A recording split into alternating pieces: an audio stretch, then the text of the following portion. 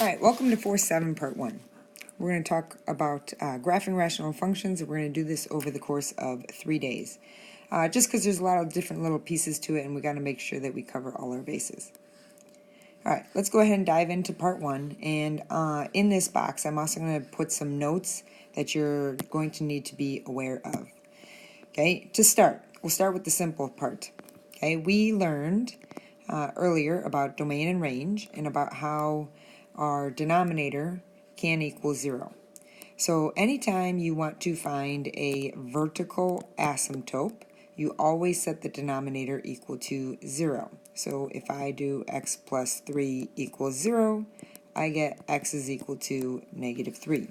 So I have a vertical asymptote occurring here at x equal to negative 3, and if I were to graph that, that's right here.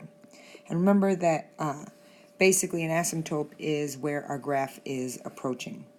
Now some people talk about the idea that it doesn't cross, but we're actually going to see how sometimes a graph does cross an asymptote. Alright, next part. I'm going to talk about horizontal asymptotes. Okay, with the horizontal asymptotes, we have to worry about 3 specific cases.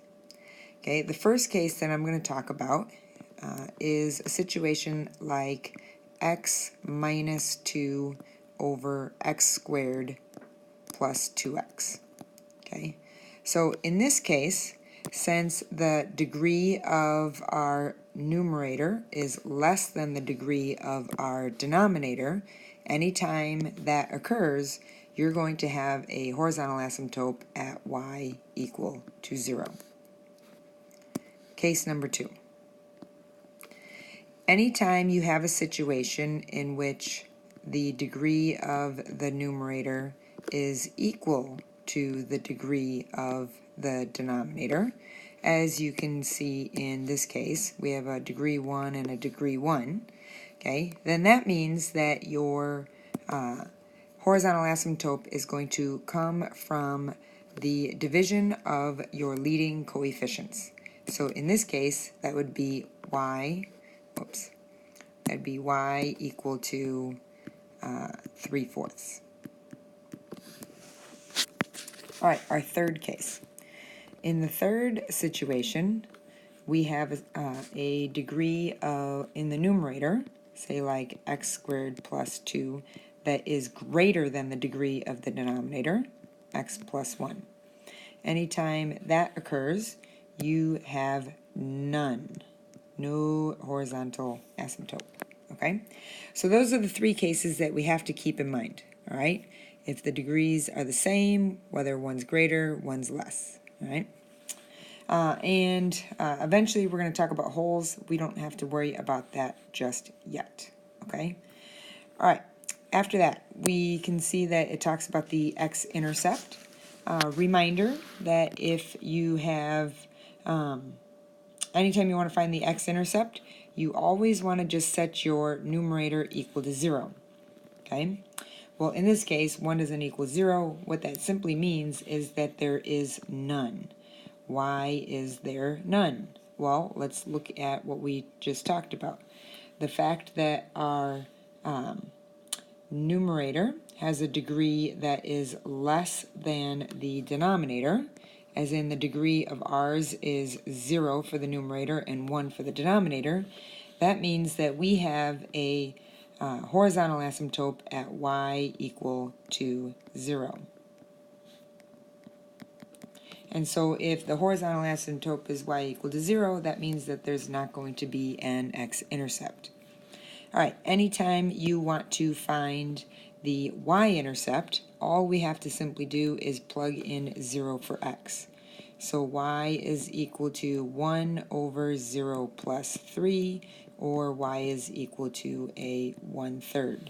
So we have a 1/3. So if we went to 0, 1/3, we have our y-intercept. All right?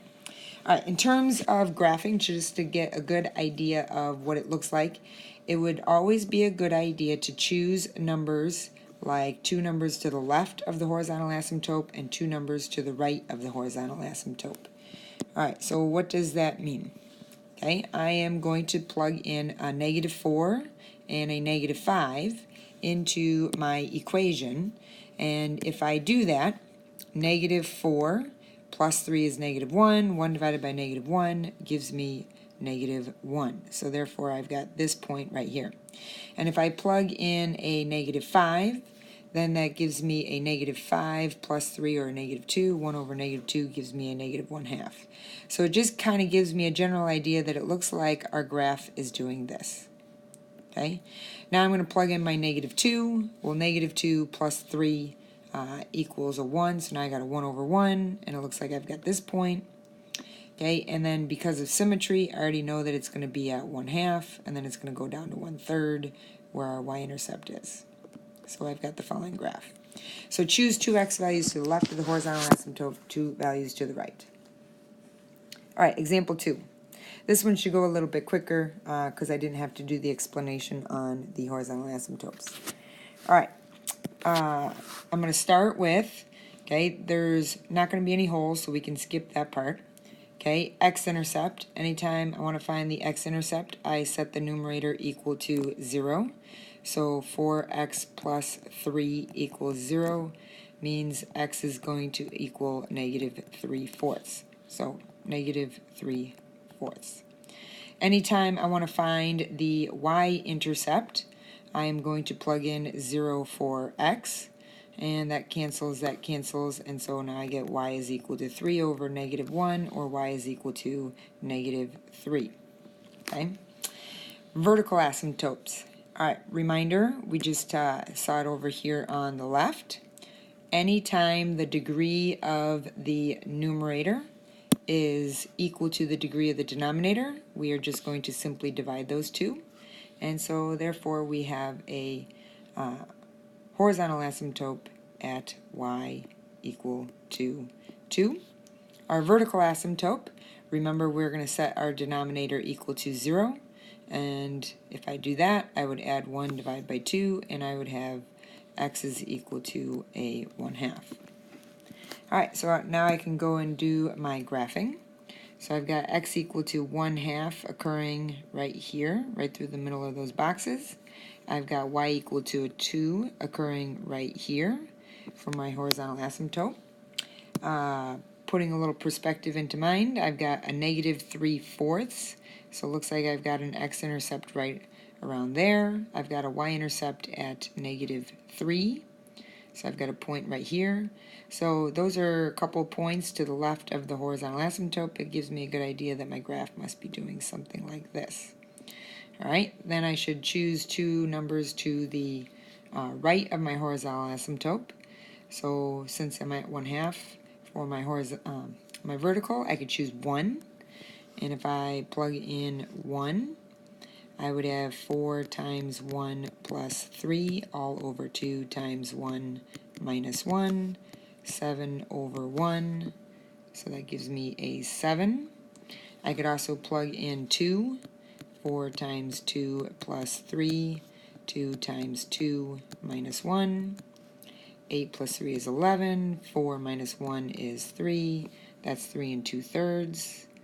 So right about here, and I've got my graph coming in just like that. All right, we'll keep going.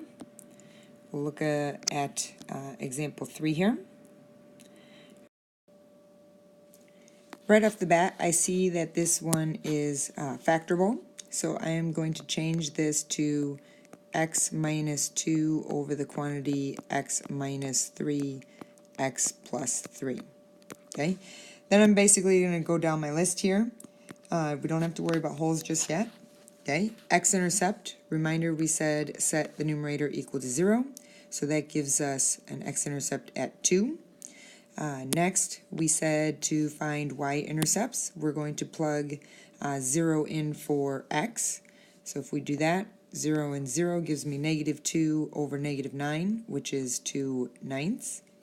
Next, if I want to find vertical asymptotes, we said set the denominator equal to 0. And so therefore we've got x equal to 3, and we've got x equal to -3. And then horizontal asymptotes, since the degree of the numerator is less than the degree of the denominator, we now have one at y equal to 0. So if I graph my horizontal asymptote, you've got this, okay, and I'm going to point out right off the bat, we have an x-intercept at 2, and we have a horizontal asymptote at y equal to 0, okay? So earlier I said, a lot of people believe that graphs don't cross the asymptotes, but they can, and here's a situation in which it will. You're going to see that.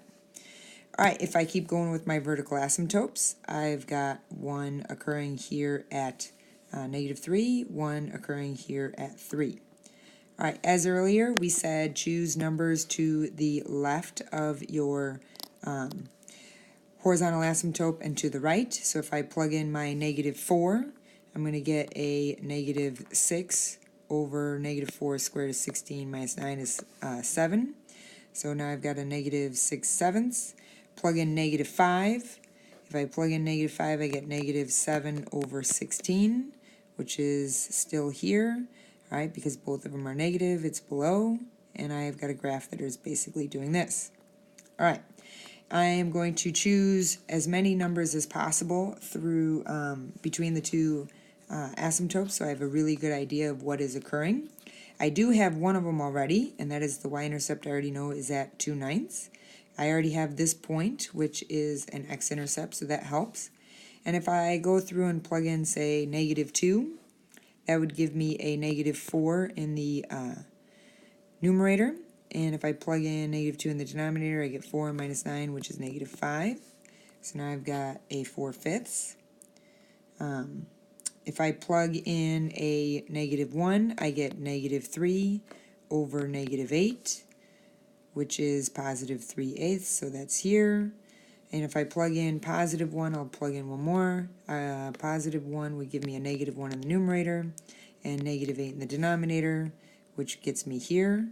And so it looks as though my graph is coming down, passing through these points and doing like an S-curve. Okay? And then I'm going to plug in two more numbers, and that's on this side of the asymptote. So if I plug in 4, that gives me 2 in the numerator, and that gives me 7 in the denominator. And if I plug in 5, that gives me 3 in the numerator and 16 in the denominator. 3/16 is here, and so I've got a graph that's doing this. Okay? All right, so just a different look for one of our rational expressions or functions. All right, example 4, I'm going to leave for you to talk about in class. So we're going to go to page 2. All right, so page 2, I'm going to talk right off the bat, similar to the last example, about how this is factorable. So x minus 2, and then the denominator can factor to x plus 4, and then x minus 2. All right, so I've been holding back on wholes. Wholes are going to occur anytime your value in the numerator and the denominator are equal, or like can kind of cancel out here. So now we know that we're going to have a whole at 2. Okay, that's important. Here's why. Technically, you have a horizontal asymptote at x equal to 2 right here. Okay, but since we simplified our function, we now have 1 over x plus 4. Okay, so we had a, if we look at this, we now have a vertical asymptote occurring at -4. So we've got our vertical asymptote here. Okay, our horizontal asymptote we should know is y equal to 0 because the degree of the numerator is less than the degree of the denominator. Okay, and then your x-intercept, there's none because we can't set 1 equal to 0. And then y-intercept, if I plug in 0 for x, I would end up with a 1/4. So I've got a 1/4 for a point over here. All right, so this is basically what's going to occur. When I go to plug in numbers here, say I plug in -5 and -6, So negative 5 will give me a negative 1. Negative 6 is going to give me a negative 1/2. And so I've got a graph to the left of this asymptote like this.